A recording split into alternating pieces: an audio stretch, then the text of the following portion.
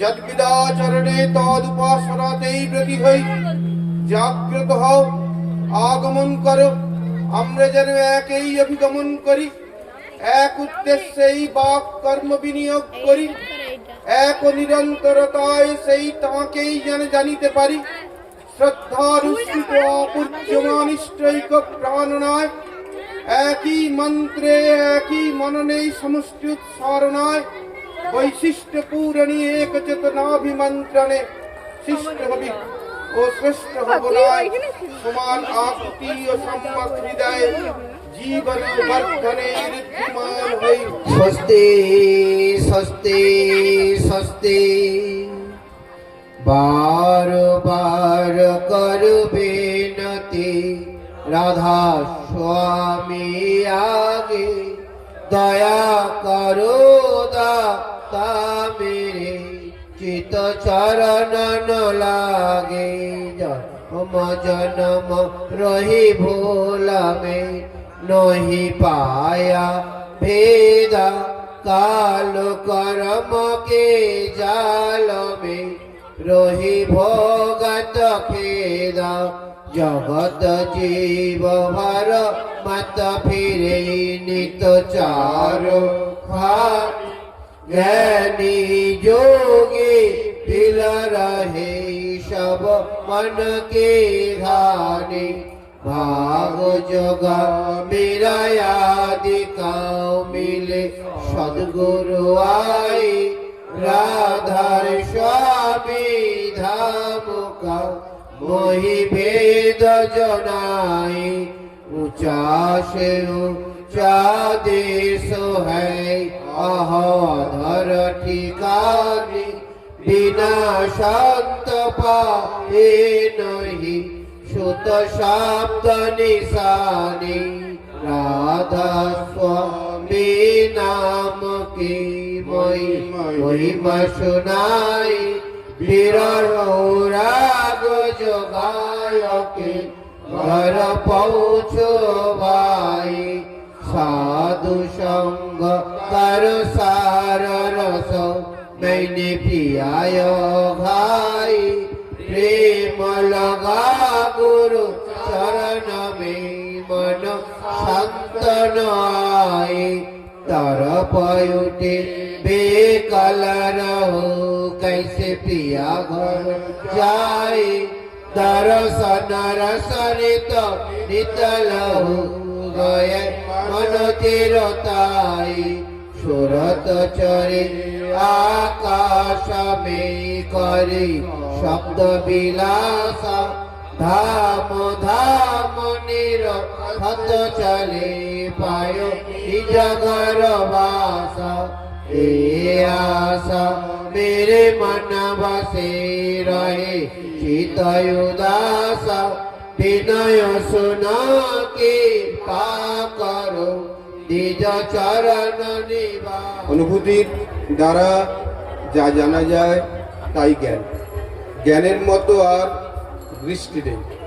জানাকেই বেদ বলে, আর বেদ অনন্ত।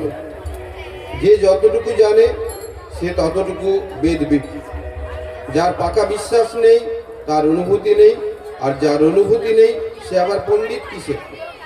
জ্ঞান ধাঁধাকে ধ্বংস করে, মানুষকে প্রকৃত চক্ষু দান করে।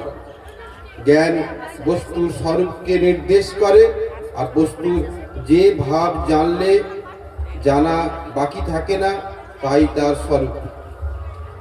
অজ্ঞানতা মানুষকে উদ্বিগ্ন করে, জ্ঞান মানুষকে শান্ত করে।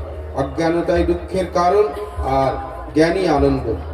যার অনুভূতি যতটা তার দর্শন জ্ঞান ততটা, আর জ্ঞানেই বিশ্বাসের দৃঢ়তা। তুমি যতটুকু জ্ঞানের অধিকারী হবে ততটুকু শান্ত হবে। তোমার জ্ঞান যেমনতর তোমার স্বচ্ছন্দে থাকবার ক্ষমতাও তেমনতর। তুমি ভক্তিরূপ তেলে জ্ঞান রূপ বলতে ভিজিয়ে সত্যরূপ আলো জ্বালাও, দেখবে কত ফড়িং, কত পোকা, কত জানোয়ার, কত মানুষ তোমাকে কেমন ঘিরে ধরেছে। আলস্য থেকে মূঢ়তা আসে, আর মূঢ়তাই অজ্ঞানতা। যে অনুভূতির খুব গল্প করে অথচ তার লক্ষণ প্রকাশ পায় না, তার গল্পগুলি কল্পনা মাত্র বা আড়ম্বর। যত ডুববে তত বেমালুম হবে। যেমন ডালিম পাকলে আপনি ফেটে যায়, তোমার অন্তরে সদ্ভাব থাকলে পাকলে আপনিই ফেটে যাবে, তোমার মুখে তা প্রকাশ করতে হবে না। আদর্শে গভীর বিশ্বাস না থাকলে নিষ্ঠাও আসে না, ভক্তিও আসে না। আর ভক্তি না হলে অনুভূতি বা কি হবে, জ্ঞানী বা কি হবে, আর সে প্রচারই বা করবে কি যাইবে।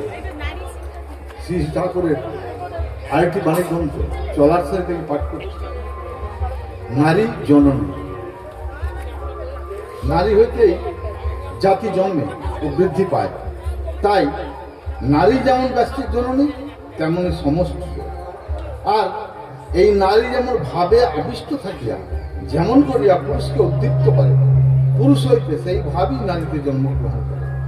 তাই নারী মানুষকে প্রকৃতিতে মুক্ত পরিমিত করিয়া বলিয়া জীব জগতের মা। তাহলে বুঝিও মানুষের উন্নতি নারীর নিরূপিত করিয়া যায়।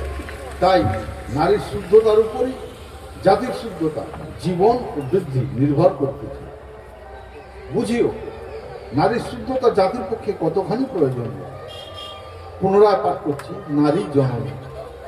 নারী হইতেই জাতি জন্মে ও বৃদ্ধি পায়, তাই নারী যেমন ব্যষ্টির জননী তেমনই সমষ্টির। আর এই নারী যেমন ভাবে আবিষ্ট থাকিয়া যেমন করিয়া পুরুষকে উদ্দীপ্ত করে, পুরুষ হইতে সেই ভাবই নারীতে জন্মগ্রহণ করে। তাই নারী মানুষকে প্রকৃতিতে মুক্ত ও পরিমিত করিয়া বলিয়া জীব ও জগতের মা। তাহলে বুঝিও মানুষের উন্নতি নারী নিরূপিত করিয়া দেয়। তাই নারীর শুদ্ধতার উপরই জাতির শুদ্ধতা, জীবন ও বৃদ্ধি নির্ভর করতেছে। বুঝিও নারীর শুদ্ধতা জাতির পক্ষে কতখানি প্রয়োজন। বাণী গ্রন্থ নারী নীতি থেকে পাঠ করছি। নারী শিক্ষার ভিত্তি। ভুলিও না, মানুষের সাধারণত ছেলে মেয়েদের শিক্ষা মেয়েদের বোধ, বাক্য, চলন, চরিত্র ও দক্ষতা হইতেই পাইয়া থাকে। তোমাদের এইগুলি যতই পুষ্ট ও পটু হইবে, মানুষের অন্তত ছেলে মেয়েদের শিক্ষার ভীতি ততই নিরেট হইবে। হিসাব করিয়া চলিও, পস্তাতে পস্তাইতে হইবে। শেখাতে হয় কেমন করে সংসারটাকে সুখের করে তুলতে হয়। না বলতে প্রয়োজন বুঝে যখন যাকে যেমন সেবা করা প্রয়োজন তা যেন তারা করতে শেখে। এর জন্য জ্ঞান চাই। শরীরের কোন অবস্থায় কিরকম খাদ্য উপযোগী তা জানা দরকার। কোন খাদ্য ও কোন গাছগাছড়ার কি গুণাগুণ তা তাদের শেখাতে হবে। প্রত্যেক পরিবারে কিছু কিছু কুটির শিল্পের ব্যবস্থা রাখা দরকার, যাতে মেয়েরা ঘরে বসে নিজেরা দু পয়সা উপায় করতে পারে। অল্পের ভিতর দিয়ে সুশৃঙ্খলভাবে সংসার কেমন করে করতে হয় তা জানা দরকার। সংরক্ষণ বুদ্ধি মেয়েদের একান্ত প্রয়োজন। কোনো জিনিস নষ্ট করতে নেই। কোন সময় কোনটা কাজে লাগবে তার কি ঠিক আছে? সংসারের পরিষ্কার পরিচ্ছন্নতা, সদাচার, সুরুচি ও সৌন্দর্যবোধ নির্ভর করে মেয়েদের উপর। একটা মস্ত জিনিস হলো প্রীতিপূর্ণ ব্যবহার। পুরুষ ছেলের মেজাজ যতই খারাপ হোক না কেন, বাড়ির মেয়েরা যদি সহনশীল, ধৈর্যশীল ও সুকৌশলী হয়, তাহলে বাড়ির আবহাওয়া অনেকখানি শান্তপূর্ণ হতে পারে। মেয়েদের বিশেষ করে লক্ষ্য রাখতে হবে যাতে সংসারের মধ্যে মিলমিশ ও ভালোবাসা থাকে। ভালোবাসার সংসারে বিদ্যা, বুদ্ধি, প্রাচুর্য সহজ হয়ে ওঠে, সবাই ভালো হয়ে ওঠে। মেয়েরাই হলো সংসারের লক্ষ্মী, সরস্বতী। ওরা মায়ের জাত, ওদের ক্ষমতার তুলনা নেই। ওরা যদি ইচ্ছা করে ওরা জগৎটাকে স্বর্গ করে তুলতে পারে। প্রথমে আমার ঠাকুরের চরণে জানাই কোটি কোটি প্রণাম। উপস্থিত ঋত্বিক দেবতা বিন্দুদের জানাই সশ্রদ্ধ প্রণাম এবং বড়দের জানাই ভালোবাসা। আমি 2 মিনিট একটু কথা বলে নেই। প্রতি বছরের মতো এবছর আমরা একটা বড় সৎসঙ্গের আয়োজন করেছি। আমরা প্রতি বছরই পুজোর একটা থিম নিয়ে আসি এবং একটা সমাজকে বার্তা দেওয়ার চেষ্টা করি। এবছর আমরা 14তম বর্ষে থিম রেখেছি আমি সেই নারী। অর্থাৎ আমরা জানি কি না, যে সকল শক্তির উৎস হচ্ছে ওই সূর্য। সূর্য থেকে যেমন গাছপালা, জীবজগৎ, প্রাণের সঞ্চার হয়েছে, আবার এই সূর্য অর্থাৎ যাকে আমরা দেবতা বলে মনে করি, সূর্য দেবতা, তার জননী হলেন কিন্তু দেবী অদিতি। অর্থাৎ সব কিছুর মূল উৎস কিন্তু সেই নারী। নারী হতে কিন্তু একজন সুসন্তান জন্ম হতে পারে, কিন্তু পুরুষ কখনোই গর্ভধারণ করতে পারে না। আমরা জানি সেই বিশ্ববরেণ্য নেতাজি, বিবেকানন্দ, বিদ্যাসাগর, সবাই এত বিশ্ববরেণ্য একমাত্র তাদের জননীর জন্য। আবার পরম প্রেমময় শ্রী ঠাকুর অনুকূলচন্দ্র মাতা মনমোহিনী দেবীর গর্ভস্থ সন্তান। এর পেছনেও কিন্তু মাতা মনমোহিনী দেবীর কৃতিত্ব কিন্তু অনস্বীকার্য। তা শ্রী ঠাকুর বলেছেন, নারী হতেই জন্মে জাতি, থাকলে জাত তবেই জাতি। ঠাকুরের বাণী অনুযায়ী নারী জাতির প্রাণ স্বরূপ, কারণ নারী থেকেই জাতির জন্ম এবং যুগে যুগে পুরুষোত্তম নারীর গর্ভেই কিন্তু আসেন। নারী শুধু সন্তান ধারণ করেন না, বরং জাতির ভিত্তি স্থাপন করেন, তাদের উন্নত করে তোলে।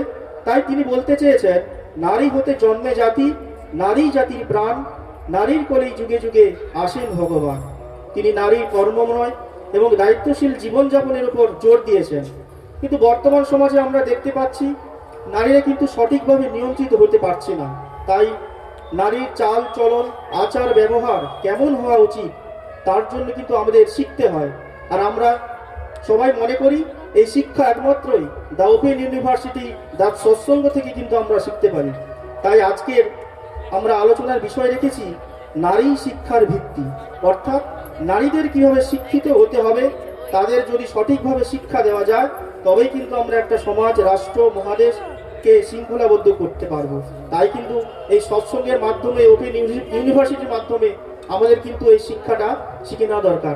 তাই আমি শ্রদ্ধেয় ঋত্বিক দেবতাদের একটু অনুরোধ করব যাতে এই বিষয়ের উপর ওনারা আলোচনা করেন। আমরা আমাদের বিষয় রেখেছি নারী শিক্ষার ভিত্তি।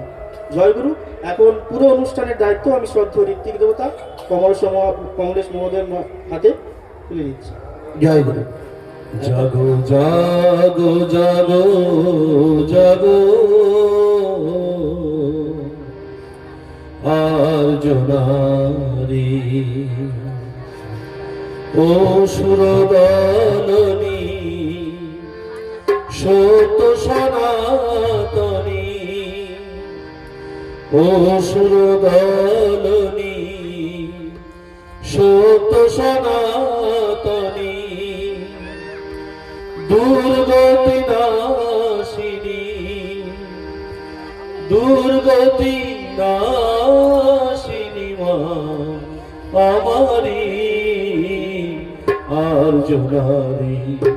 জাগো জাগো জাগো জাগো আর্য নারী, জাগো জাগো জাগো আর্য নারী, ও সুরদলনী সত্য সনাতনী, ও সুরদলনী সত্য সনাতনী, দুর্গতি নাশিনী, দুর্গতি নাশিনী মা আমারি আর্য নারী। জাগো জাগো জাগো জাগো আর্য নারী।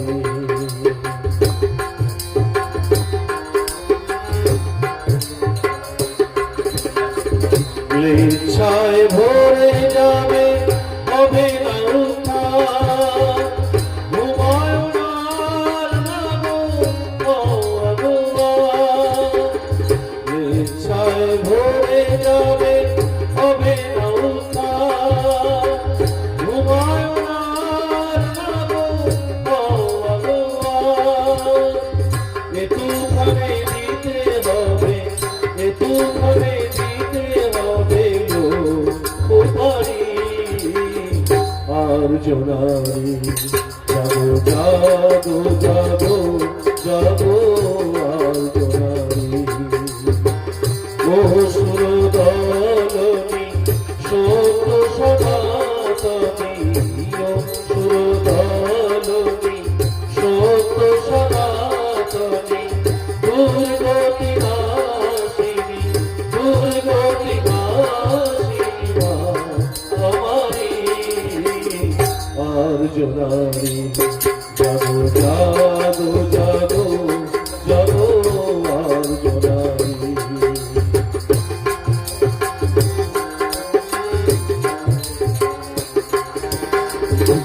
জাগিলে গো মা ভারত ললনা, এ ভারতে আর জাগিবে না গো মা। জাগিলে গো মা ভারত ললনা,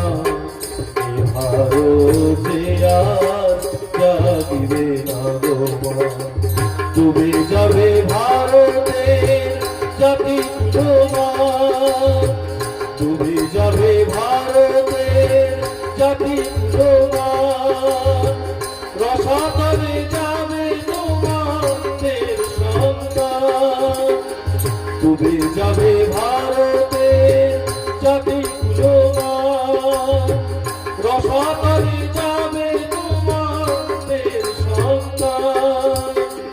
কে বাঁচাবে এ জাতিকে, কে বাঁচাবে এ জাতিকে ধরে ধরি, আর জোনারি জাগো জাগো জাগো জাগো আর জোনারি। অসুর দলনি সত্য সনাতনী, অসুর দলনি সত্য সনাতনী, দুর্গতি নাশিনী, দুর্গতি নাশিনী মা আমারি, আর জোনারি জাগো জাগো জাগো জাগো আর জোনারি, জাগো জাগো জাগো আর জোনারি, জাগো জাগো জাগো জাগো আর জোনারি। জননী রূপে জাগো, ভাতি রূপে জাগো, আজি মাতৃরূপে জাগো, জননী রূপে জাগো, ভাতি রূপে জাগো, জাগো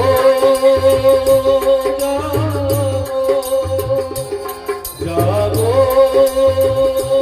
জাগো, মাতৃরূপে জাগো, জননী রূপে জাগো,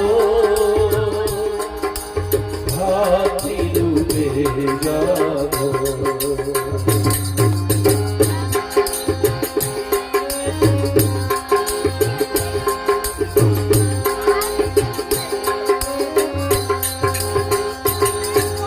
তোমরা জাগিলে ভারত জাগিবে, ভারত জাগিলে বিশ্ব জাগিবে, তোমরা জাগিলে ভারত জাগিবে, ভারত জাগিলে বিশ্ব জাগিবে, পরাময় রূপে জাগো, কল্যাণী রূপে জাগো, আদি পরাময় রূপে জাগো, কল্যাণী রূপে জাগো, জাগো জাগো জাগো জাগো জাগো, মাতৃরূপে জাগো, জননী রূপে জাগো, ভাতৃরূপে জাগো, জাগো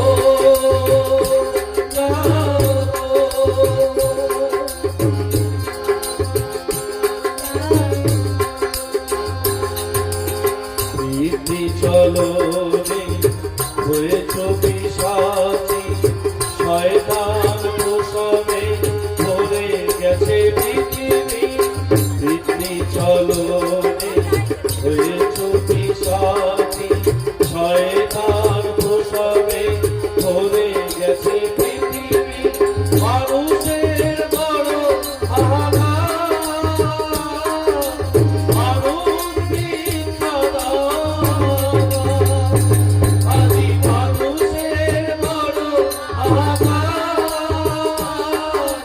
মানুষ ভিক্ষা দাও, জাগো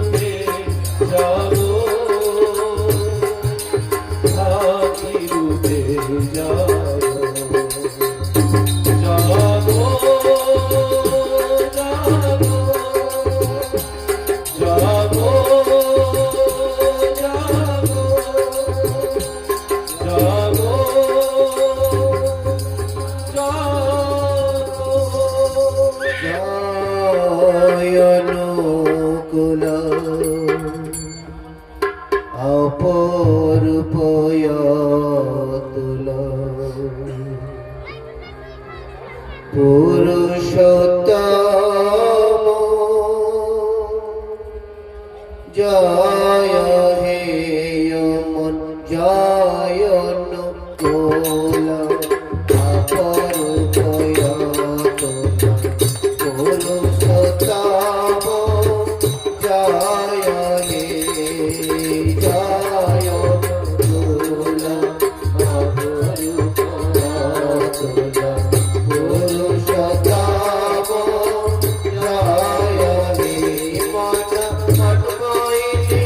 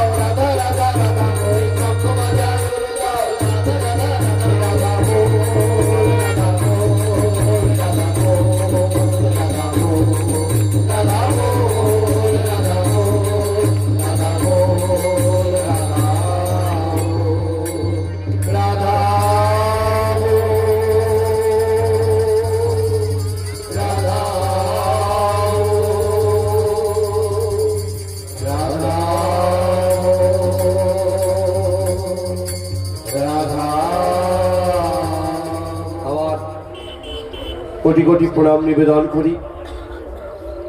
আজকে এই সভার সভাপুরোহিত শ্রদ্ধেয় ঋত্বিক দেবতা মণ্ডলী, যাজক অধৈর্য উদ্গাতা মণ্ডলী,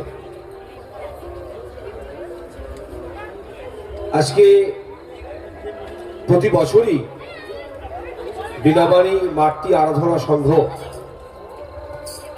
তারা সবাই মিলে বিভিন্ন অনুষ্ঠান সরস্বতী পূজা উপলক্ষে আয়োজন করেন। এবছরও আয়োজন করেছেন দুদিনব্যাপী অনুষ্ঠান। আমার খুব ভালো লাগে যে এত অনুষ্ঠানের মাঝখানেও পরম প্রেমময় শ্রী শ্রী ঠাকুর কুলচন্দ্রের প্রতিকৃতিকে রেখে এই যে ধর্মসভার আয়োজন করে, এটাই আমার খুব ভালো লাগে। তাই আজকে শত ব্যস্ততার মধ্যেও অনেক দূর থেকে আমরা এখানে চলে আসি। আপনারা জানেন আজকে সরস্বতী পূজা, আর আমি বর্ণে বিপ্র, অতএব আমার পৈতে আছে, আমাকে পুজো করতেই হবে খুব একটা জায়গায়। আর এই কারণে এই পুজোটা একটু করি। সরস্বতী পূজাকে ঠাকুর খুব অ্যাকসেপ্ট করেছিল। তিনি এই সরস্বতী পূজাকে ঠাকুর নিজেও করতেন। হিমায়তপুরে এবং দেওঘরে ঠাকুর থাকাকালীন তিনি সরস্বতী পূজার আয়োজন এবং অঞ্জলিও দিতেন। এটা একটা অবাক ব্যাপার।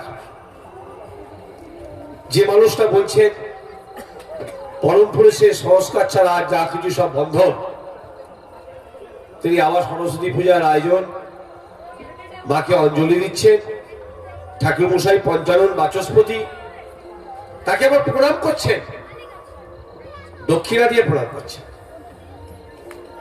অদ্ভুত ব্যাপার।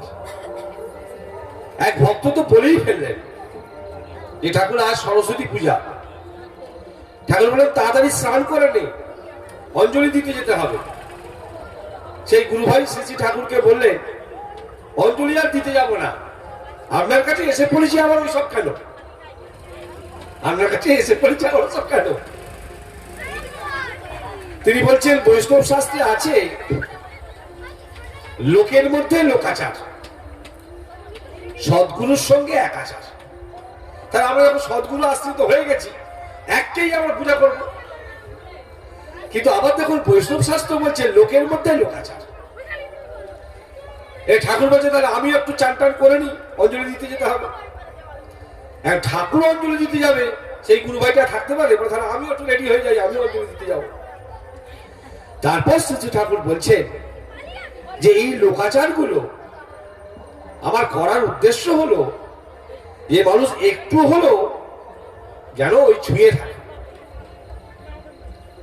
এসব যদি আমরা না করি তাহলে মানুষ আস্তে আস্তে ছাড়তে ছাড়তে ছাড়তে ছাড়তে সব ছেড়ে দেবে। তাই দেখবেন যে ছেলেটি বা মেয়েটি, ছোট্ট ছেলে মেয়ে, শাড়ি পরা তো উঠেই গেছে। আজকে দেখলাম স্কুল কলেজ সমস্ত জায়গায় দেখলাম ছোট্ট ছোট্ট মেয়েরা কিরকম হলুদ শাড়ি পরেছে। আমি একটা হাই স্কুলে পুজো করেছি, সেই হাই স্কুলের ছেলে মেয়েরা দেখলাম সবাই শাড়ি পরে এসেছে। এই যে একদিন হলেও একটু আচরণ করছে, এটা কিন্তু খুব ভালো কথা, এটা ভালো দিক। আবার ট্রেনে দেখলাম বিভিন্ন পোশাকে দেখি নারীদের। আজকে আমার বিষয়বস্তু নারী শিক্ষার ভিত্তি, সেই নারীরা দেখলাম সব কিন্তু শাড়ি পরেছে। আমি কিন্তু অন্য কোনো আজকে পোশাক দেখিনি, কিন্তু সব শাড়ি পরেছে দেখলাম। সে মাথায় ফুল টুল দিয়ে খিরাই যাচ্ছে না আলাদা কথা, কিন্তু দেখলাম সব শাড়ি পরেছে দেখলাম। শ্রী শ্রী ঠাকুর বলছেন এই অভ্যাসগুলো কিন্তু ভালো, সু অভ্যাস যেগুলো সেগুলো কখনো ত্যাগ করতে নেই। আবার দেখবেন কুল খাচ্ছে না, ছোট্ট ছোট্ট বাচ্চারা কুল খাচ্ছে না।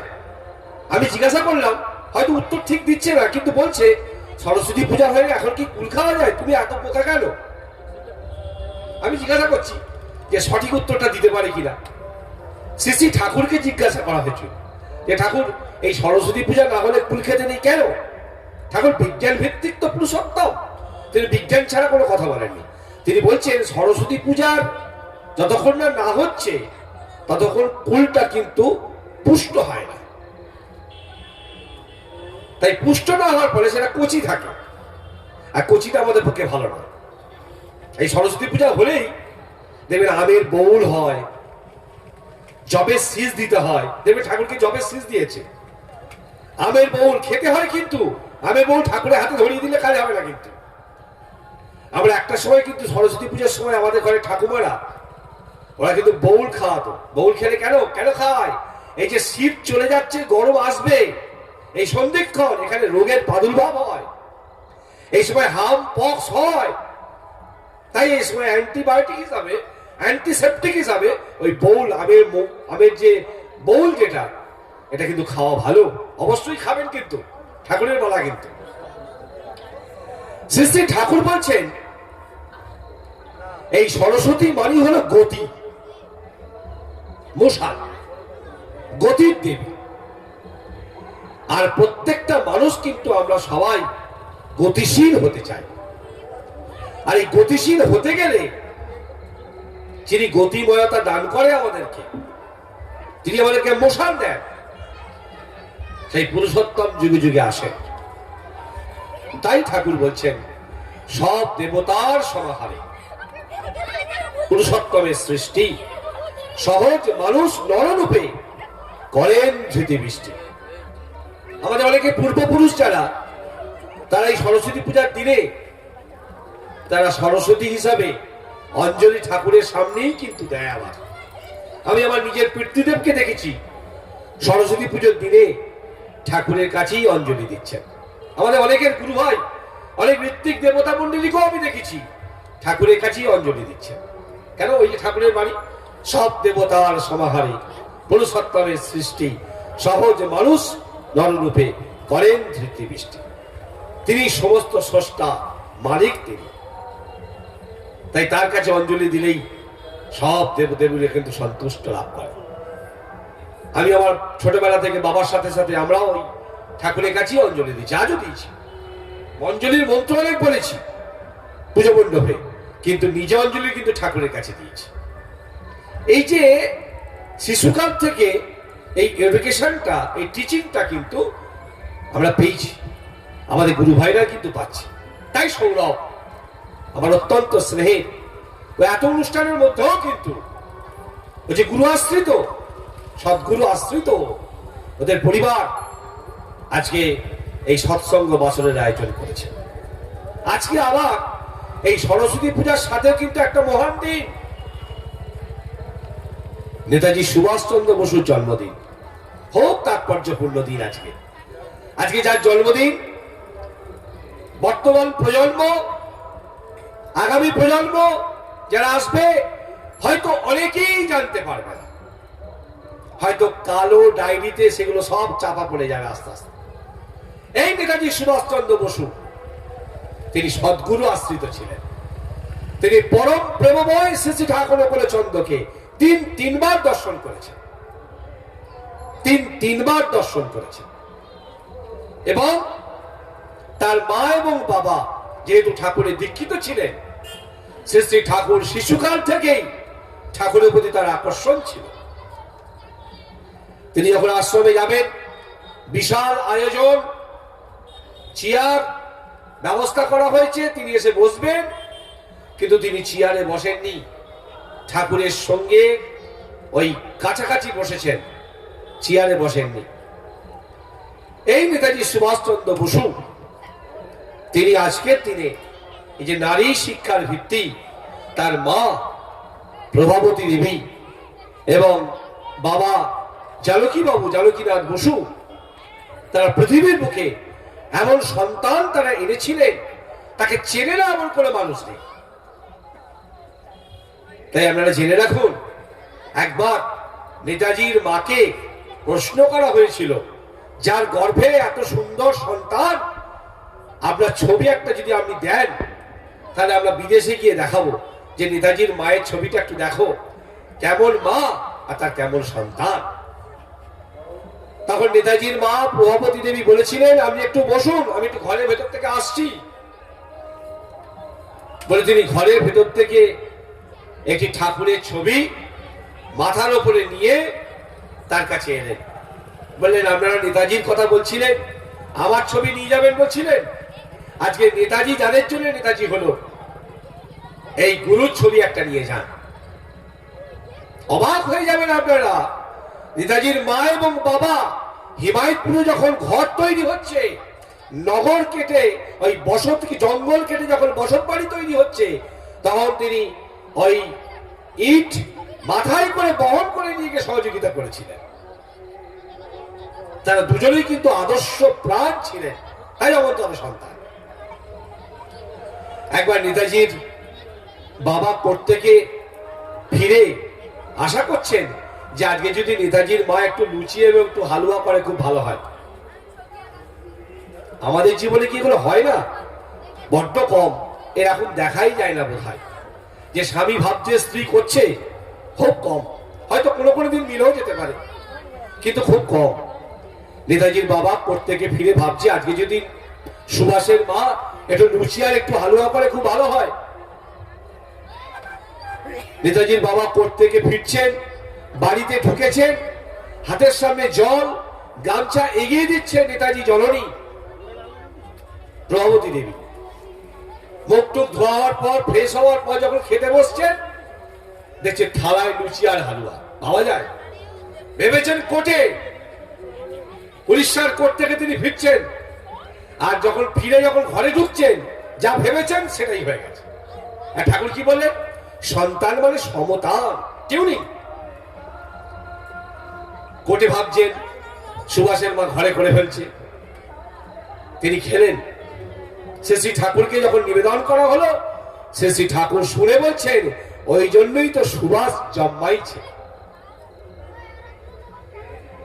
নেতাজির মাকে প্রশ্ন করা হয়েছিল, এই যে নারী শিক্ষার ভিত্তি, ঠাকুর কিরকম শিক্ষা চাইলেন? বিদ্যালয়ের ছেলে মেয়ে যতই বিদ্যা শিখুক না, বাড়ির শিক্ষা সুষ্ঠু নাইলে শিষ্ট স্বভাব হয়ই না। এই বাড়ির শিক্ষা, মোরাল এডুকেশন। বলছে জাপান দেশ যদি দেখতে যাও, জাপানে যাও। কেন না? জাপানে 5 বছর পর্যন্ত বাচ্চাদের নীতিমূলক শিক্ষা দেওয়া হয়। এটা তোমার মা, এটা তোমার বাবা, ওদেরকে কেমন করে পরিচর্যা করতে হয়, মোরাল এডুকেশন, যেটা এখনকার দিনে দেয়া হচ্ছে না। আজকে আমি যখন হাতে কড়ি দিচ্ছি পূজা মণ্ডপে, হাতে কড়িটা যেহেতু একটা সংস্কার, ঠাকুর হাতে কড়িকে দীক্ষাস কথা বলেছেন, যে হাতে কড়ি যেমন দীক্ষা তেমন। আমি যখন হাতে কড়ি দিচ্ছি দীক্ষাস পুজো মণ্ডপে, তখন সে মা বলছে আমার ছেলে সব জানে, কিন্তু কেন না? হাতে কড়ি হওয়ার আগে তো সে স্কুলে ভর্তি হয়ে গেছে। এখন তো কিন্ডারগার্টেন স্কুলগুলোতে 3 বছর, 3.5 বছর, 4 বছর হয় না? আমি একবার, যে জন্য কৃষ্ণবাড়ি সে বড় চতুর, আমার ইচ্ছে হলো একটা বড় ইংলিশ মিডিয়াম স্কুলে একবার গিয়ে দেখবো কি হয়, এই 4 বছর 5 বছরের বাচ্চাদের কি হচ্ছে একবার দেখে আসবো। গেলাম, গিয়ে দেখলাম পড়াশোনা হচ্ছে না, ওদেরকে ওই যে টেরি বয়স যে রকম খেলনা, ওই খেলনাগুলো দিয়ে খেলানো হচ্ছে, সময়টা কাটিয়ে দেওয়া হচ্ছে। আমি নিজে গিয়ে দেখে এসছি। আর শ্রী ঠাকুর বলছেন যে ছোটবেলা থেকে একটা ছেলে একটা মেয়ে আগে মাকে জানুক, আগে বাবাকে জানুক। এডুকেশন অনেক দূরে। এখনকার দিনে লেখাপড়া জানে না এমন কোনো মানুষ, সবাই লেখাপড়া জানে, বিশেষ করে মায়েরা তো প্রচুর লেখাপড়া শিখছেন। শ্রী ঠাকুর বলেছিলেন যে বাড়ির শিক্ষা শিশুকাল থেকে, শিশু যখন আটগুলিতে যে লক্ষ্যে যা কয়, এই ছোটবেলা থেকে তাদেরকে এডুকেটেড করে দেওয়া। এটা তোমার বাবা, তাকে কেমন করে ভালোবাসতে হয়, পরিচর্যা করতে হয়। এটা তোমার মা, কেমন করে পরিচর্যা করতে হয়, এই এডুকেশনটা দিচ্ছেন। তাই দেখবেন আজকের দিনে এত ছেলে মেয়ে লেখাপড়া শিখছে। যদি প্রশ্ন করা হয় যে বিশ্বনাথ দত্তের নাম জানেন? বিশ্বনাথ দত্ত কে ছিলেন? এখনকার ছেলে মেয়েরা অতটা বলতে পারবে না। যদি বলি ভুবনেশ্বরী দেবীকে চেনেন? অনেকে বলছে আমি শুনিনি, ভুবনেশ্বরী দেবী আবার কে? বলতে পারবে না। কিন্তু এরা দুজনই হলেন স্বামী বিবেকানন্দের মা বাবা। যখন বিবেকানন্দের কথা বলবো, হ্যাঁ বিবেকানন্দকে আবার চিনবি না? এই কদিন আগে যুব দিবস পালন করা হলো 12ই জানুয়ারি। পৃথিবীর বুকে এমন সন্তান তারা এনেছিলেন, তারা কৃতি সন্তান, দেশের দশে ওই এগিয়ে নিয়ে গিয়েছিলেন। তাই নেতাজি সুভাষচন্দ্র বসু বলেছিলেন, জেনে রাখুন, সারা ভারতবর্ষের মানুষের উদ্দেশ্যে বলেছিলেন একটা কথা, সেই কথাকে কিন্তু দেশ গুরুত্ব দেয়নি, তাই আজকে দেশের এই অবস্থা। তিনি বলেছিলেন, ভারত যখন বৈদেশিক শাসন থেকে মুক্তি পাবে, তখন শ্রী শ্রী ঠাকুর অনুকূল চন্দ্রের বাদ এবং বাণী, তার কথা যেন সর্বকালের সর্বমানবের পথ, এছাড়া আর দ্বিতীয় কোনো পথ নেই বাঁচবার। এটা সুভাষচন্দ্র বলেছিলেন, কিন্তু দেশের সরকার গুরুত্ব দেয়নি। তাই শ্রী ঠাকুর সত্যানন্দ সরণা বলেছিলেন, ভারত যদি ভবিষ্যৎ কল্যাণকে আবাহন করিতে চাও, তবে জগতের পূর্ব গুরুদের প্রতি শ্রদ্ধা সম্পন্ন হয়। গুরুকেন্দ্রিক দেশ, গুরুকেন্দ্রিক ভারতবর্ষ ছিল। চন্দ্রগুপ্তের গুরু ছিল চাণক্য, বিবেকানন্দের গুরু ছিল রামকৃষ্ণ, এই গুরু ছিল কিন্তু শিবাজি রামদাস স্বামী। কিন্তু বর্তমান প্রজন্ম গুরুকেন্দ্রিক কিন্তু হলো না, মানি কেন্দ্রিক হয়ে গেল, মানি সেন্ট্রিক হয়ে গেল। এই ঠাকুরের বিপ্লবের বাণী, মানুষ আপন, টাকা পর, যত পারিস মানুষ ধর। ভালো মানুষ পৃথিবীর বুকে কেমন করে আসবে, ভালো সোল কি করে আসবে, শিশুকাল থেকে মায়েদের এডুকেট করতে হবে। শ্রী ঠাকুরকে প্রশ্ন করা হয়েছিল যে, ঠাকুর, যত ভালো ভালো সন্তান সব বাংলায়, সব ভারতবর্ষে, আমাদের বিদেশে তো ভালো সন্তান আর খুব একটা নেই। মাস্টারদা সূর্য সেন, মাতঙ্গিনী হাজরা, বিনয় বাদল, দীনেশ, সব এখানকার, তাই তো? এই মেদিনীপুর জেলা খুব গর্বের জেলা। এই মেদিনীপুর জেলায় কৃতি সন্তানরা এসেছিল, বিদ্যাসাগর। শ্রী ঠাকুর বলেছিলেন যে, তোমার কোথায় বাড়ি? না, আমার আমেরিকায় বাড়ি। তুমি এলে কি করে দেওঘরে? বলে, কেন? আমি বাই প্লেনে দেওঘরে দমদমে এসেছি, আমি দমদম থেকে বাই কারে দেওঘরে এসেছি। তখন শ্রী ঠাকুর বললেন, কেন আমেরিকা থেকে ডাইরেক্ট তুমি এখানে নামলে না কেন? শ্রী ঠাকুরকে বললেন, ঠাকুর, আপনার দেওঘরে কি কোনো অ্যারোড্রোম আছে, এয়ারপোর্ট আছে যে বড় বিমানটা এখানে নামবে? শ্রী ঠাকুর বলছেন, আমিও তো মুখ্য মানুষ, আমিও তো তাই কই। একটা উড়োজাহাজ নামাতে গেলে যদি একটা এয়ারপোর্ট চাই, অ্যারোড্রোম চাই, তাহলে একটা ভালো মানুষকে পৃথিবীর বুকে আনতে গেলে, একটা ভালো সোলকে আনতে গেলে, একটা ভালো আত্মাকে আনতে গেলে, তেমন তোর মায়ের গর্ভ তো দরকার। তাই শ্রী ঠাকুর বলছেন, মায়ের আসন নেবার আগে উমার মতো উঠ গছিয়ে দুনিয়া সাজা তেমনি সারার আগে।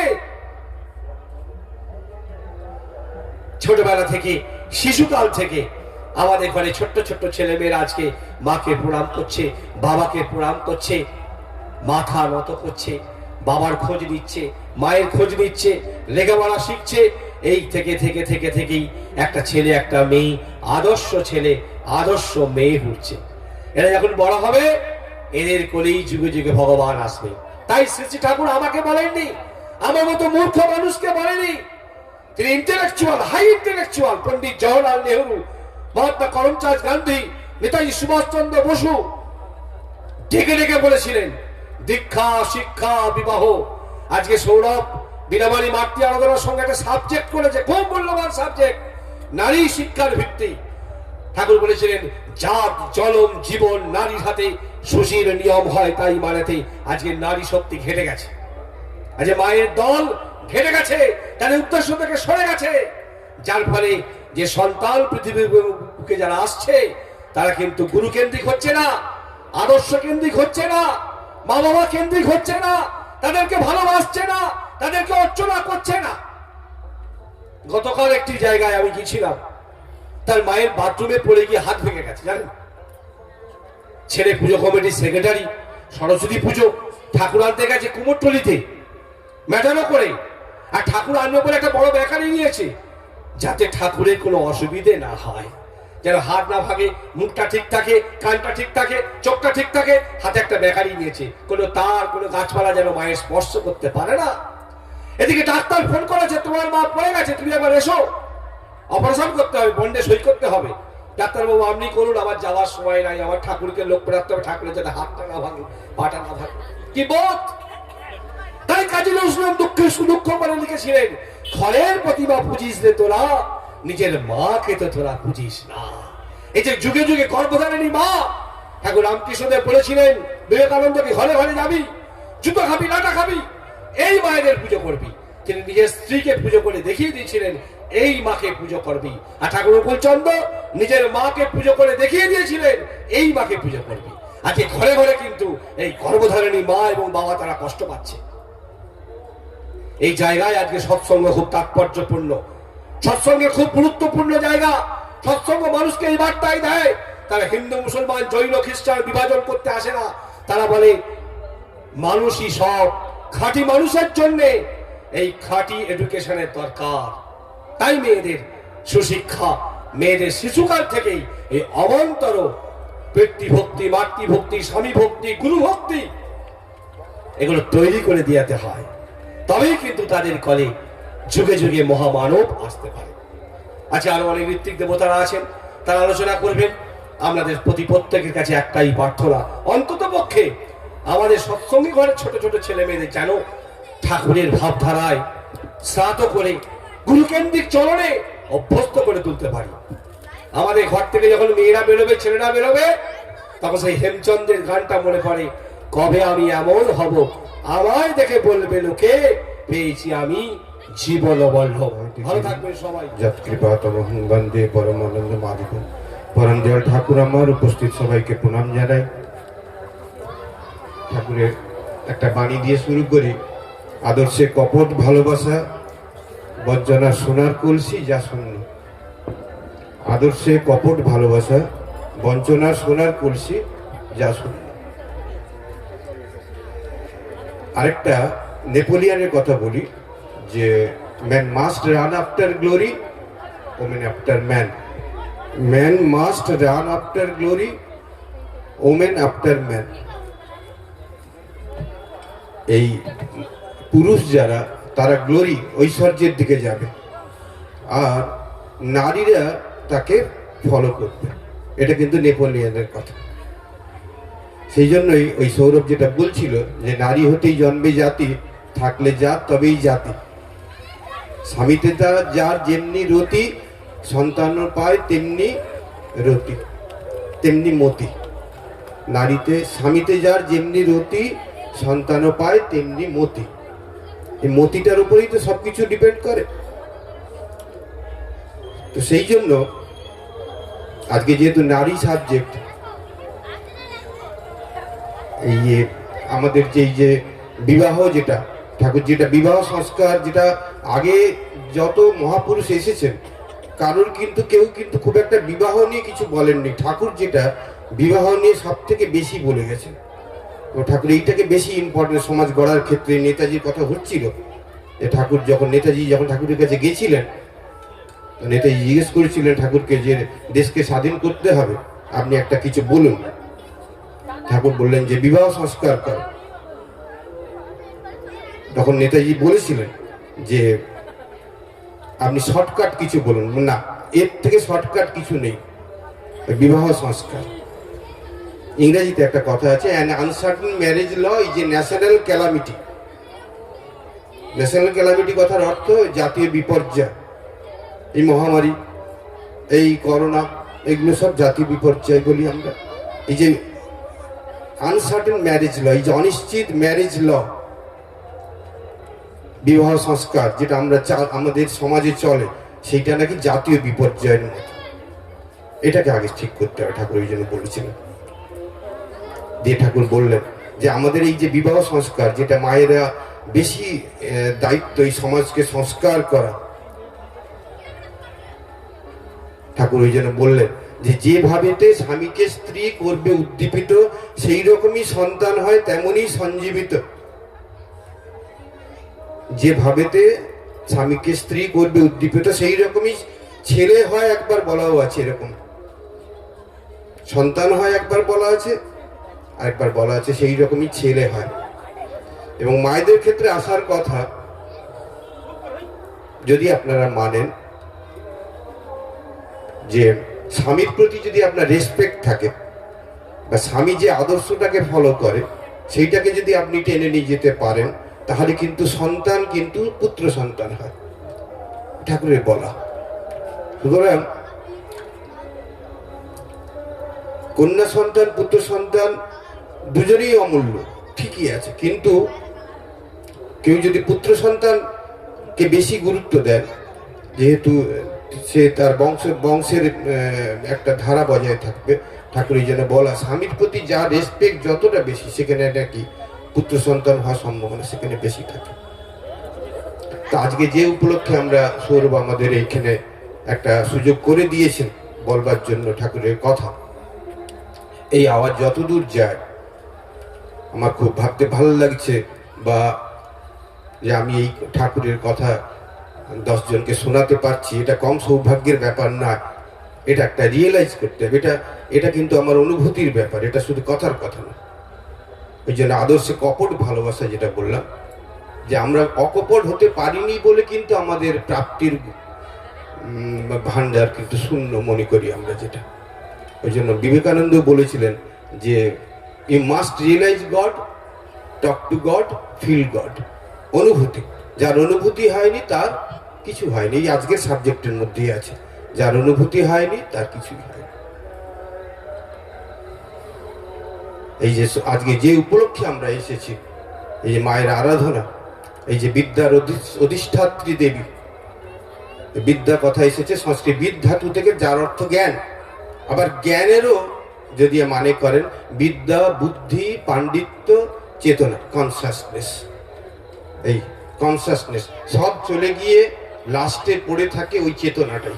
এই পেঁয়াজের খোসা ছাড়ানোর মধ্যে একটা খোসা ছাড়াতে ছাড়াতে ছাড়াতে দেখবেন আর লাস্টে কিছু নেই, তাহলে কিছুই কি নেই, আছে কনসাসনেস, চেতনা, ওটাই জ্ঞান। ওই জন্য ঠাকুর বললেন যে বিকাশ ব্যাকুল গতি যার সংস্থিতি, তিনিই সরস্বতী। বাক বা শব্দ যার সত্তা, তিনিই বাগদেবী। তাই যিনি সরস্বতী তিনিই বাগদেবী।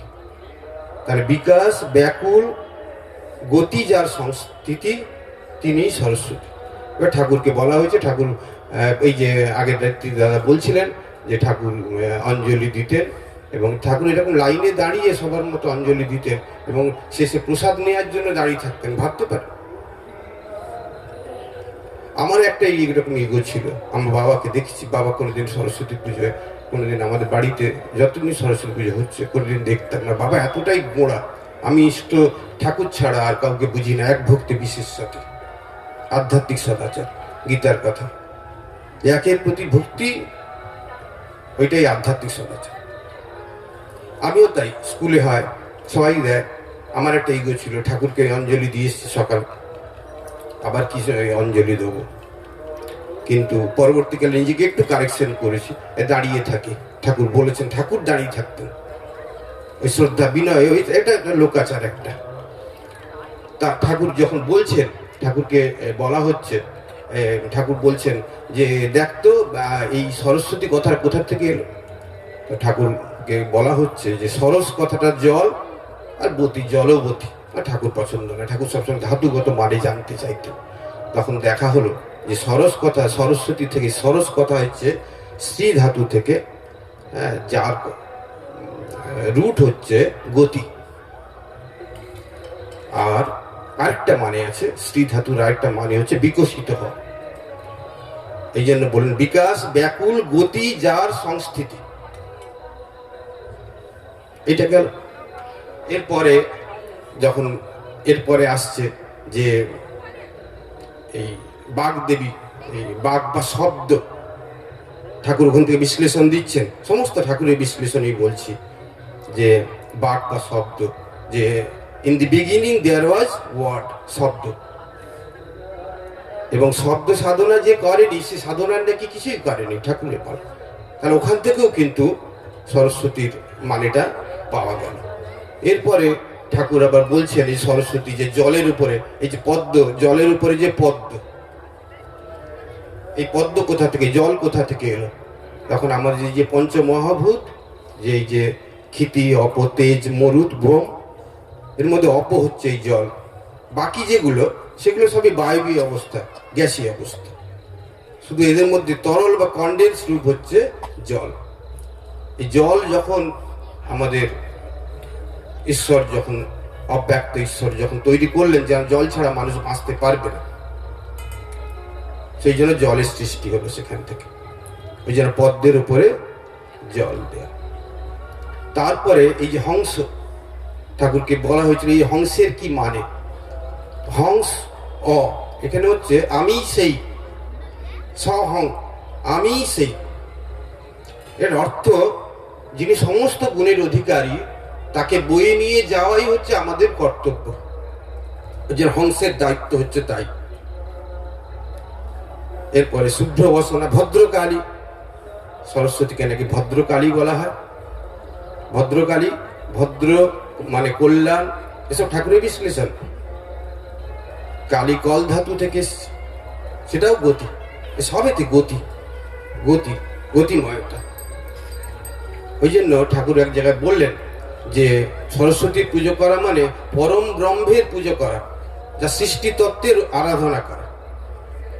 তার মানে বুঝতে পারছেন, সরস্বতীর আরাধনা করা মানে আমি ঘুরে ফিরে সেই সৃষ্টি তত্ত্বের আরাধনা, যেটা পরম ব্রহ্ম, যিনি পরম প্রেমময়ের আরাধনা করাটাই সরস্বতী পুজোর। এবং ঠাকুর বলছেন যে সরস্বতী পুজোর যে বীজ মন্ত্র ওইং, এইটা যারা সাধন স্তরের লোক, তারা নাকি সত্য লোকে যারা থাকেন, অবস্থান করেন, তারা নাকি এই শব্দ পান।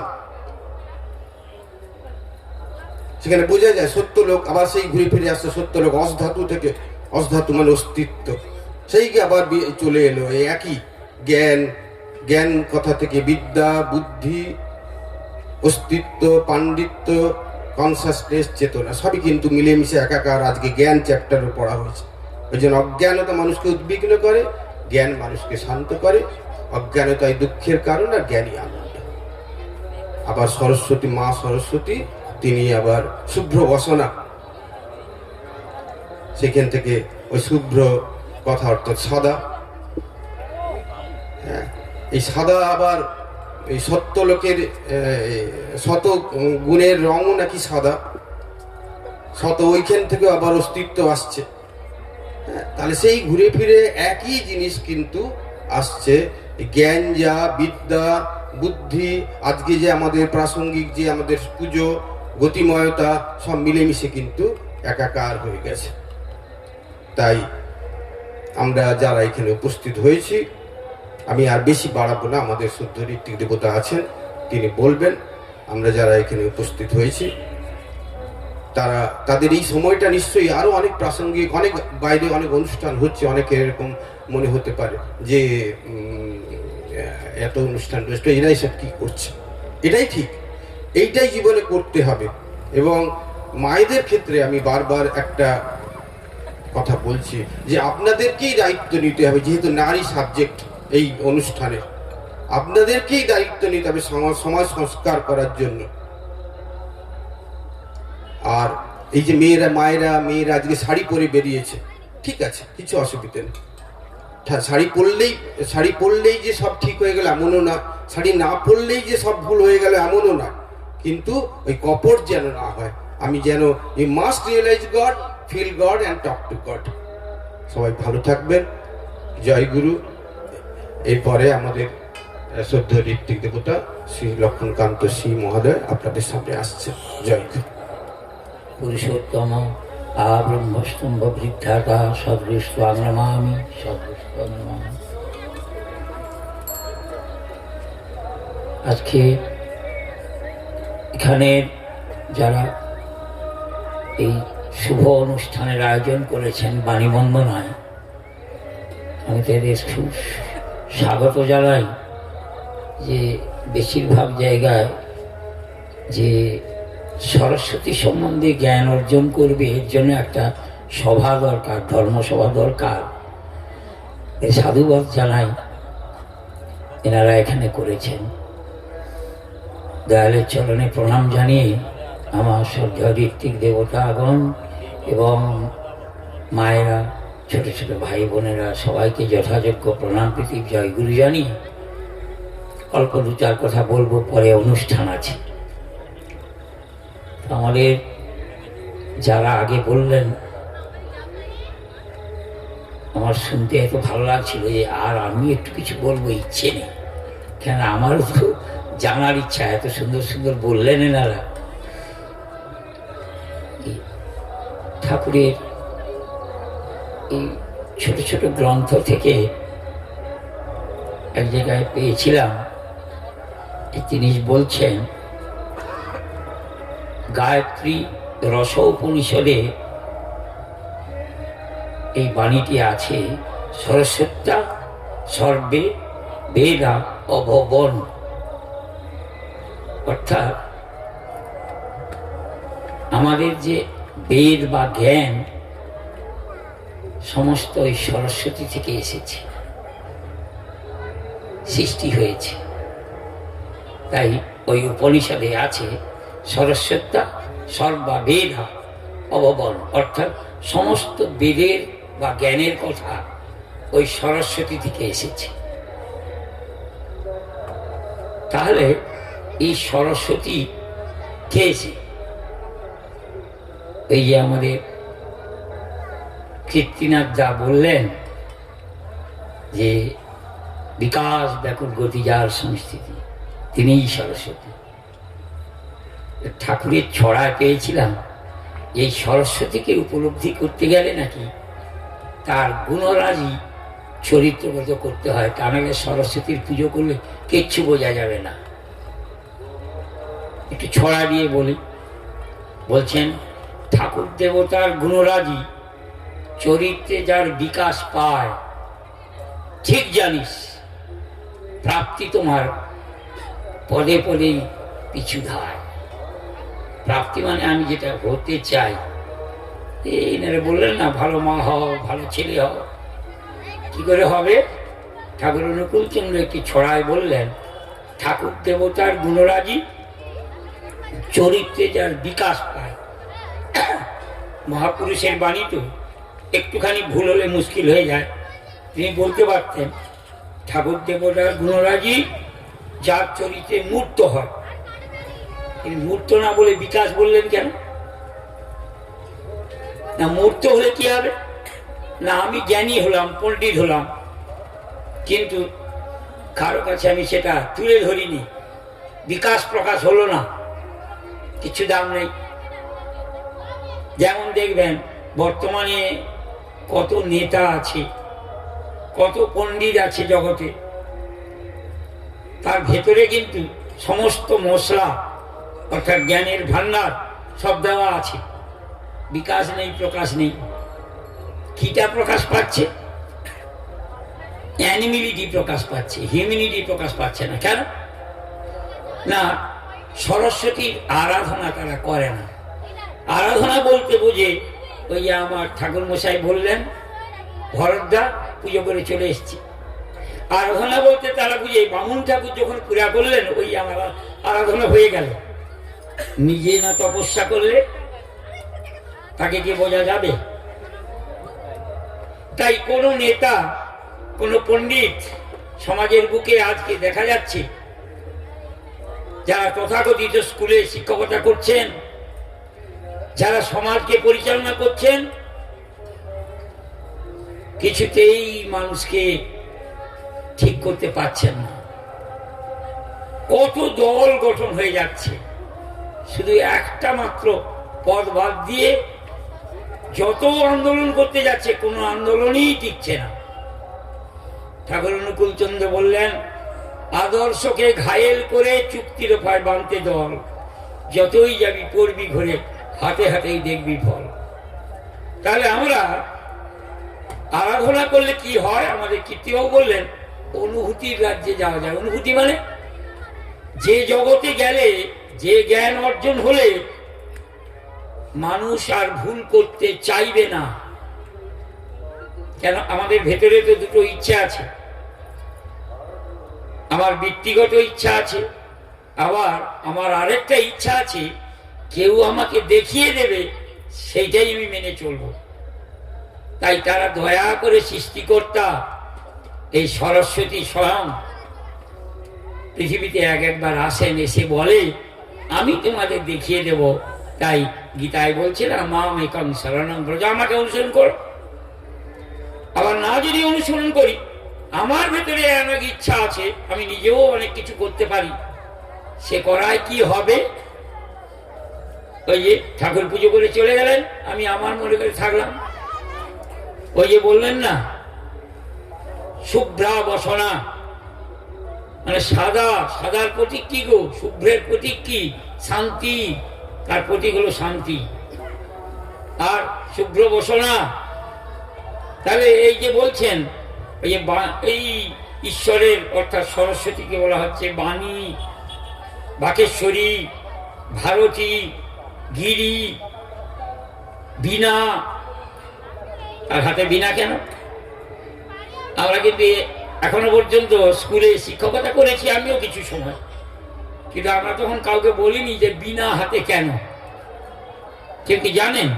সবাই জানে বীণা বাজিয়ে গান শোনানো হয়, এই তো বীণা। ঠাকুর অনুকূল চন্দ্র বললেন শব্দের প্রতীক হলো বীণা। তাই শব্দের আরাধনা না করা পর্যন্ত, সরস্বতীর আরাধনা না করা পর্যন্ত, ততক্ষণ কিন্তু সরস্বতী সম্বন্ধে কোনো জ্ঞানই হয় না। তাই আগেকার দিনে ঋষি শিক্ষার বিধান ছিল যে আগে দীক্ষা দিয়ে ওই আরাধনা করাতেন, তার সঙ্গে শিক্ষা দান করতেন। পৃথিবীতে এই নারীদের শিক্ষা দেওয়ার ক্ষমতা নাকি কারো নেই। নারীরা ভাবছে নারীকে শিক্ষা দেবে, অসম্ভব। অথচ দেখুন, নারী কিন্তু কত দেবদেবীর জন্ম দিতে পারে, আবার অসুরেরও জন্ম দিতে পারে। সেই জন্য সৃষ্টিকর্তা কিরকম কায়দা করলেন দেখেন। মাকে বললেন স্বর্গাদবি করিয়েছি, তার উপর আর কেউ নেই। কিন্তু মাকে এমন একটা বোধ দিয়ে দিলেন, এমন একটা বুদ্ধি দিয়ে দিলেন প্রত্যেক মায়ের মধ্যে, যে আমি যদি গরিয়সী হতে চাই, কিসে? ভালো সন্তানের মা হলে দেশকে যদি ভালো সন্তান দিতে পারি, তারা দেশকে সুন্দর চালাবে, তখন তো আমি গরিয়েছি। বিদ্যাসাগরের মতো 4 পর্যন্ত পড়া, কিন্তু দেখলেন যে 4 পাস হলেও আমি একটা বিদ্যাসাগরের জন্ম দিয়েছি বলে আমাকে খোঁজ করে মানুষ, আমার নাম করে। কিন্তু আমি যদি অমন কোনো ছেলে জন্ম না দিতাম, কত তো MA পাস, BA পাস মেয়ে ঘুরে বেড়াচ্ছে, MSc BSc ঘুরে বেড়াচ্ছে, সকলের কি নাম করে নাকি? করে না। তাই মা গরিয়সী হয়েও প্রকৃতির অদ্ভুত একটা লীলা দেখুন। মা কিন্তু সব সময়, অর্থাৎ মায়েরা সব সময় তার সমস্ত কিছুকে আরোপ করে পুরুষের উপর। তাই তাকে বলছে ভগবান তুমি মহিয়সী গরিয়সী, আর তিনি ঘুরে বলছেন আমার মহিয়সী গরিয়সীর শ্রেষ্ঠ পাত্র তুমি। তোমাকে যদি আমি শ্রদ্ধা, ভক্তি, নিষ্ঠা, তোমার আরাধনা যদি আমি না করি, আমি ভালো মা হতে পারবো না। তাই ভগবানের একটা অঙ্গ কিন্তু নারী। তাই ওই যে অর্জুন বন্দনা করে বলছে না, তমেব পিতা তমেব মাতা তমেব বন্ধুশ্চ সখা, অর্থাৎ তুমি পিতা মাতা সব এক তুমি। তাই দেখুন, তিনি এক হয়েও তিনি কিন্তু যখন নারী সৃষ্টি করলেন, নারীকে বলে যাচ্ছেন স্বর্গাদবি করিয়েছি। কিন্তু ঠাকুর অনুকূল চন্দ্র জানিয়ে দিলেন, যে নারীকে তোমরা দেখছো স্বর্গাদবি করিয়েছি, ওই নারী আর ভগবান স্বয়ং এক। ওই জন্য দেখবেন স্বামী স্ত্রীর বেলা ঠাকুর ছড়া দিয়েছেন, পিতামাতা হরগৌরী একই দেহে বিদ্যমান।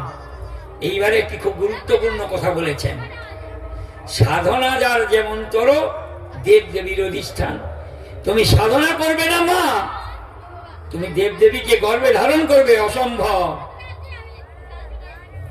বিয়ের সময় তোমার হৃদয় আমার হৃদয় এক হোক, তার মানে পিতামাতা হরগৌরী একই দেহে বিদ্যমান। সাধনা যার যেমন তর দেব দেবীর অধিষ্ঠান। সাধনা না করলে দেব দেবীকে সৃষ্টি করতে পারবে না, অসম্ভব। এই জন্য আমরা সোজা কথাই এমনি আগে আগে বলতাম, মানে শুনতাম, গুরুজনরা বলতেন তপে রাজা পুণ্যে পুত্র। এই তপে রাজা যদি হয়, তাহলে তপস্যা কার ঘরে মায়েরা করে, কার ঘরে ছেলেরা করে? সবাই তো বলে টাকা ইনকাম। আমাদের ভরতদা বলছিলেন মানি সেন্ট্রিক এডুকেশন, শুধু টাকা ইনকামের জন্য আমার মেয়েকে পড়াচ্ছি, আমার টাকা ইনকামের জন্য আমার ছেলেকে পড়াচ্ছি। তপে রাজা ভাষাটা রইল মুখে, মুখে জানে, ব্যবহারে নাই, সেই শিক্ষার মুখে চাই। সবাই কিন্তু শিক্ষকরাও জানে তপে রাজা পুণ্যে পুত্র। পুণ্য করবে কিভাবে, তপস্যা করবে কখন, তার আর কোনো ধারা নেই। সাবজেক্ট বাড়িয়ে চলেছে, অন্য সাবজেক্ট বাড়িয়ে চলেছে। পঞ্চানন সরকার বলে একজন ত্রিপুরে মেয়ে ঠাকুরের কাছে গিয়েছিলেন। ঠাকুর জিজ্ঞেস করছেন, আপনি যে প্রফেসরি করেছিলেন কি কি সাবজেক্ট আপনার ছিল? উনি সব সাবজেক্টের কথা বলে দিলেন। আর কি ছিল? আর কি, ওইগুলোই তো ক্লাস নিয়েছি, আর কি, আর কিছু নেই। ঠাকুর তখন বলছেন, চরিত্রের কোনো সাবজেক্ট নেই? বলে ও তো ওগুলো নেই কিছু, ওর জন্য করে আলাদা সাবজেক্ট নেই। তা আজকে কি জানেন তো, চরিত্রের সাবজেক্ট নেই, কিন্তু যারা চরিত্রবানের জন্ম দিয়েছে তার মূর্তিগুলোকে ওই মোড়ে মোড়ে মোড়ে মোড়ে রেখেছে। এখানে বিদ্যাসাগরের একটা স্ট্যাচু, ওখানে বিবেকানন্দের স্ট্যাচু, ওখানে সুভাষচন্দ্রের স্ট্যাচু রেখেছে।